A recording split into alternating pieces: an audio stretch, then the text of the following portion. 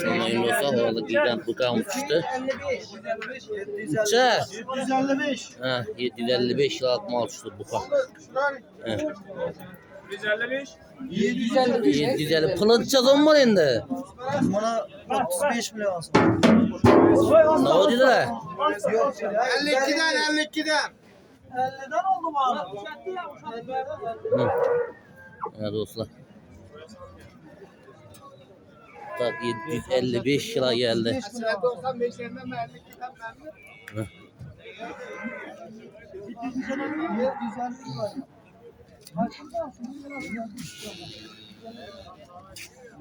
Evet dostlar. 750. Evet dostlar. Karaysa bu cuvayını verdiğiniz buna belası o.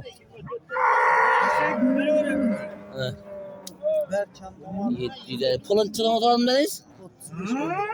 35. Benim şundan yine premoy trente çıkardı o da kalada. Bu ne zaman kayıttı mı? 45 lira. He? 45 lira. Oho. Ha. Abone açıla geleverse. 755 lira geldi. Badarımızda en 50 bu kamusda degen buradır.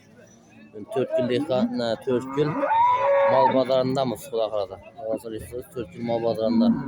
Yine süvetli mal, süvetli buka da kalada. Yani bir anda mallarımız köp yaman emez.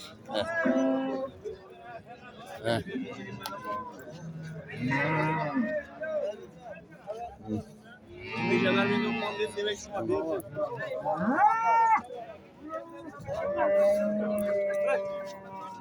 Kay beren soğudanın kızdın.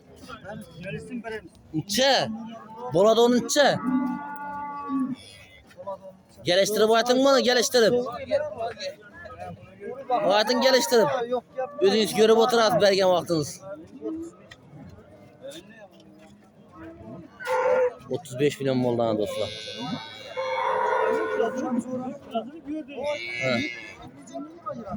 Ha dostlar. Kanalda en uzun olduğunu, bir like'dan paylaşın. Sağ olun.